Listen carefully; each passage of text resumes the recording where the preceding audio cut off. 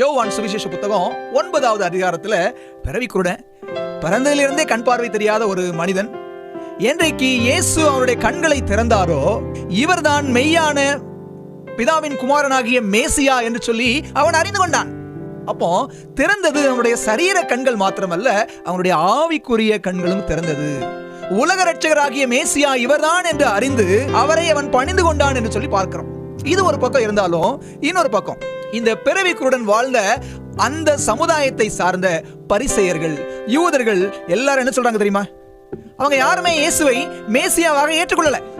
இதே 9வது அதிகாரம் 16வது வசனம் அழகா சொல்லுது, மனுஷன் ஓய்வு நாள்ல இவ்வளவு பெரிய அற்புதத்தை செஞ்சதுனால அவர் தேவனுடைய குமாரனா இருக்க முடியாது. மேசியாவை இனம் கண்டுகொள்ளாத குருடர்களாக அந்த கால ஜனங்கள் இருக்கிறாங்க. கிறிஸ்துவுக்குள் அன்பானவர்களே, யோசித்து பார்த்தோன்னு சொன்னா, விதியை பிடித்துக் கொண்டு நீதியை விட்டு விட்டார்கள். பிரமாணத்தை பிடித்துக் கொண்டு இரக்கத்தை காண்பிக்க தெரியாத குருட்டாட்டம் உள்ள ஜனங்களாகவே தான் யூதர்கள் இருந்தாங்க. மீதமான திருச்சபையின் அங்கங்களே, நான் உங்களிடம் ஒரு கேள்வி கேட்கிறேன். இன்றைக்கு நாமும் கூட ஓய்வு நாளை முக்கியப்படுத்துறோம்ல. ஓய்வு நாள் என்று ஓய்வு நாளை கையில் தூக்கி பிடித்துக் கொண்டு ஏனைய 9 பிரமாணங்களை நாம் என்ன செய்யறோம்? கீழே தள்ளிடுறோமா?